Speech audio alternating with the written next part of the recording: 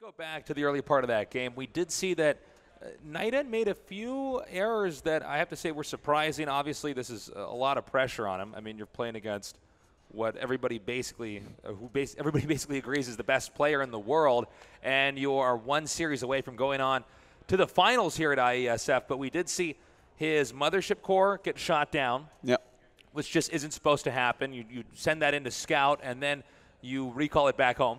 And then we also saw the blink upgrade. It was late, even though the Twilight Council finished at about the same second that Zest did.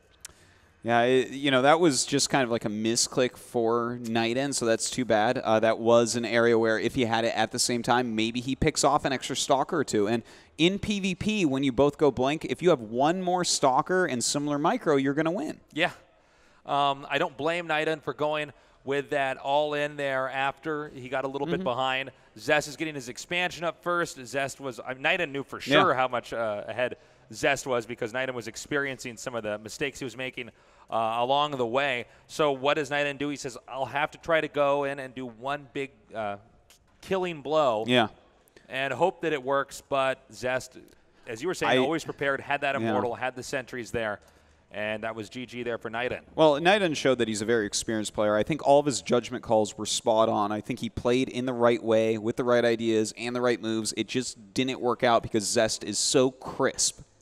He really is. Merry-Go-Round was the map that NightEnd picked since the loser does pick. It's a 3-player map. Let's see if NightEnd can turn this around or if Zest will move on into the finals. In the bottom center, the Protoss, every player in the world is studying right now to try to improve. He is Zest.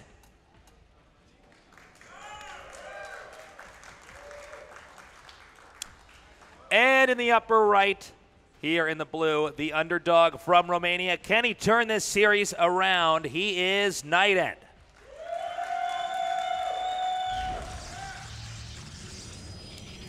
All right, we'll see how this goes. Of course, a 3-player map. You can do some tricky moves. Sometimes it's hard to get a scout in right away because if you scout in the wrong direction, there's going to be maybe a Stalker out or a mothership core to stop your probe from seeing what's going on. Yeah, I mean, that's one worker down. That's a few less resources, but in PvP, you can get 50 resources ahead of your opponent. It can actually make a pretty big difference. You know, when you're playing with the exact same units, one more unit makes a difference. Yeah, so. And in PvP, with the matchup being so volatile, everything can fall apart quite quickly. So we see both players making the gateway. The one difference, though, is that NightEnd decides to scout after that gateway has started, whereas Zest is staying inside of his base. He's going to use that probe to get extra minerals. NightEnd going the other route. He wants to get some intel and try to figure out what exactly Zest is up to. Yeah, and this is actually very interesting from NightEnd. Normally you don't scout this quickly in Protoss versus Protoss. There's not really, even if he scouts him first, there's nothing to really see. You're always going to see 2 gases. You're always going to see a gateway. It's after that Cybernetics core is done where things really start to diverge.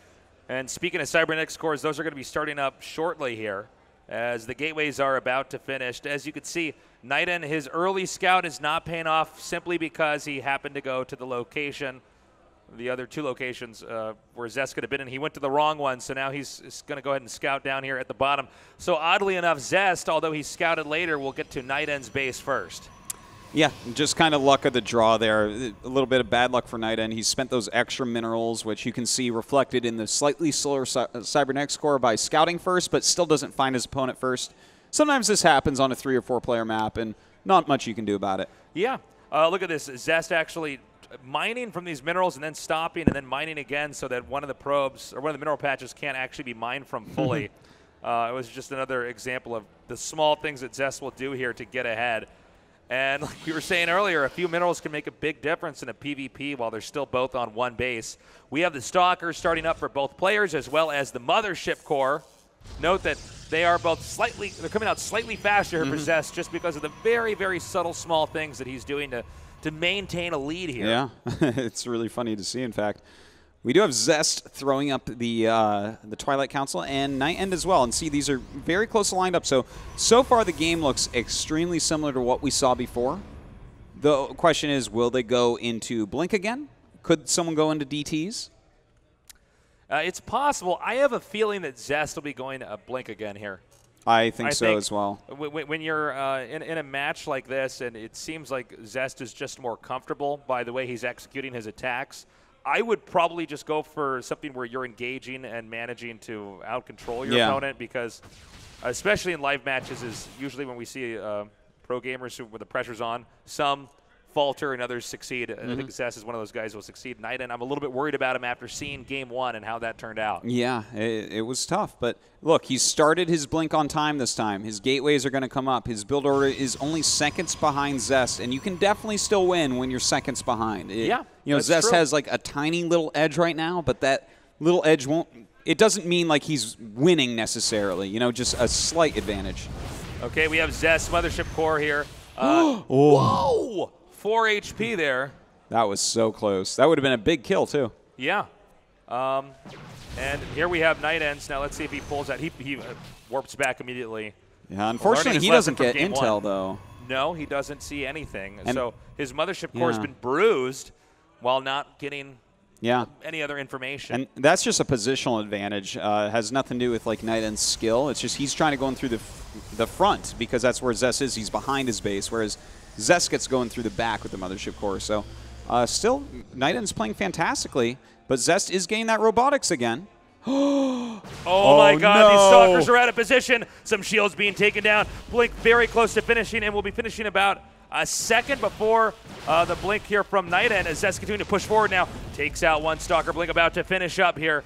Although I don't think Zest will push this any further. I think he's taken another small lead, and what he does here, and this is how Zest wins pretty much everything, is that he backs up the moment there's any chance that this could get weaker. Yeah. So he lets those other Stalkers come up here. It looks like he'll have a small contain here on the ramp. I don't know if NightEnd should be going down here, or Joseph. No, he certainly should not, and it looks like he will go back up. A nice blink forward from Zest, trying to get a Stalker. But, you know, so far Zest got like a 1 Stalker advantage in the fights against NightEnd, but he's also spent 175 gas that NightEnd is not on getting detection. So, as you can see from NightEnd's bank right now, once he spends all his gas, he'll actually have a Stalker lead. So he's still definitely in this game. Oh, man, that's a really that's a tough position to engage in. You can see Zest is staying just outside of the ramp so that this acts as a bottleneck. It's very difficult to get down here and deal any damage. And Zest can do this for a while now. Now the question is, will NightEnd blink down onto the low ground? And he does do that. Oh, man, he catches him immediately, and Zest will make the move into the main base now. Very good scouting by Zest, but the Mothership Core does make a Nexus Cannon. Picks that off as well. Oh, isn't this awkward? These Stalkers are now zoned out. Yeah, he has to go chase these, and NightEnd can't lose these. If he loses these Stalkers, he will not win this game. Yeah, this is just too many Stalkers to lose. The problem is Zest so good at maneuverability, can probably cut off these Stalkers. No, actually, I take that back. It was very straightforward. NightEnd loops around. He'll be able to get back to the base, and NightEnd does break that contain. Well, Zest continuing to chase. Doesn't quite get a Stalker. Gets one very low on health, and that, you know, that counts for something as well. Continuing to make Stalkers on both sides. Notice the supply is really, really close right now. NightEnd has spent a lot of that extra gas buildup that he had before, so that's really good. Well, Zest is going to, looks like, go for this Nexus. We have a small engagement, actually a big engagement, I should say, here in the middle of the map. I'm not sure if NightEnd should go any further. You see there's about a 6, well, there was a 6 supply. Now there's a 2 supply lead here. But I think the angling here is going to be too good for Zest. NightEnd slowly blinking away, and Zest decides not to push it any further.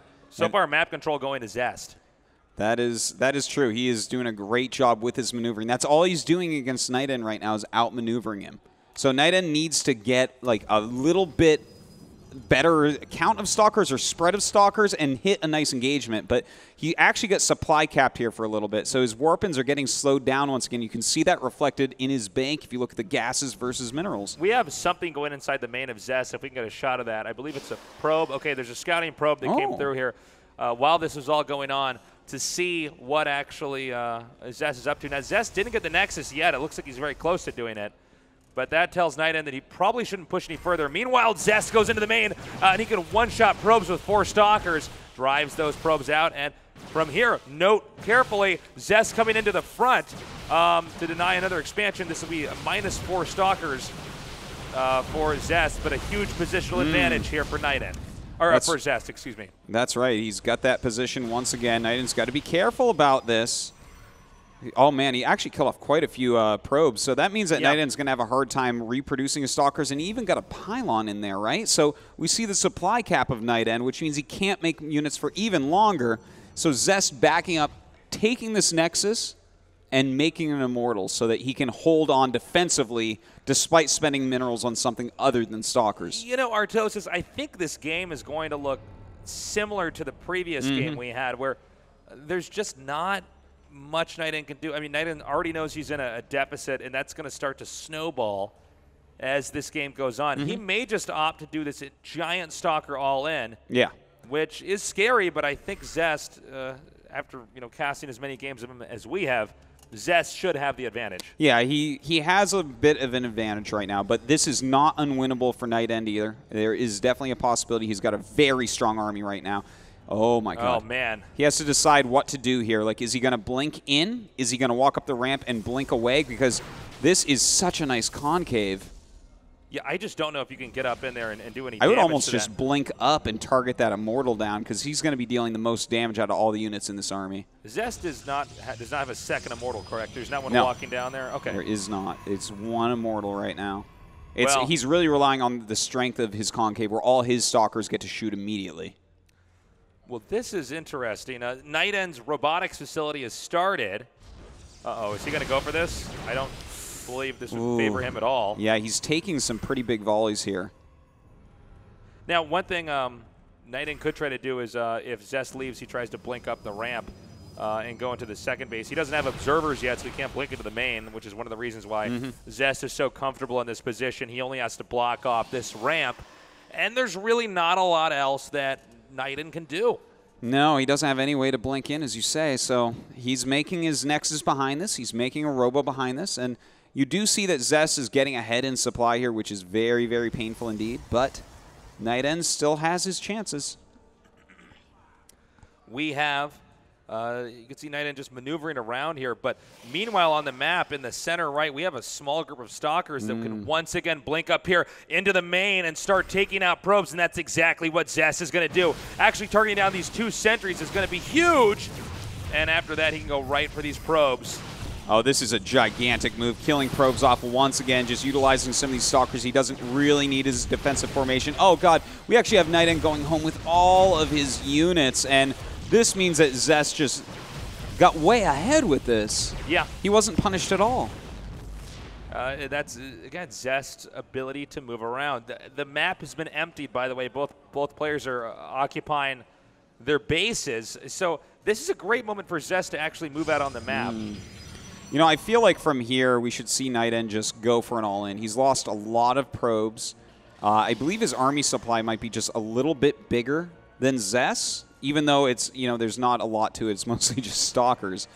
But yeah, look at that. He's actually 20 probes down, but only 10, 15 supply down, which means he does have a little bit more army. That might be his only chance, but it would be tough. Well, Zest is now moving out. Notice the hallucinated Phoenix is sent just to see what exactly is the tech, how many more probes has he remade, anything he can get. And he also noticed that all of NightEnd's army is back in NightEnd's territory. So Zest is free to move out on the map. We'll see if he actually does go for a contain or not. This may be a game where Zest just gets a third base up and slows NightEnd down again. Yeah, you might be right about that. We see that a Colossus tech is being worked on for Zest. My God, great micro there by Zest. Wow. Completely blocking out that Zealot. So, anyways, I'm sorry, Tosis. What were you going to say? Well, he's teching up a bit more, adding gateways, staying around the map, scouting nonstop in here.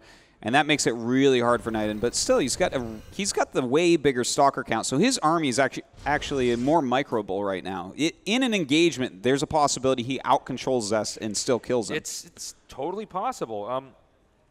Again, it'll come down to whether or not he can do that at the moment when it comes to it. But Starcraft2, anything is possible. We do see NightEnd actually clearing up the map again here. Zest goes ahead and takes his third. And I like that. Has the hallucinated Phoenix just floating over that. He's trying to survey, how much later will NightEnd be on his third base. Zest, again, if you're just now tuning in, Zest took his second ahead of NightEnd. which has allowed him to have a pretty decent lead here. And then it's going to be the same thing here for the third base now, but the third base is actually super important here in PvP.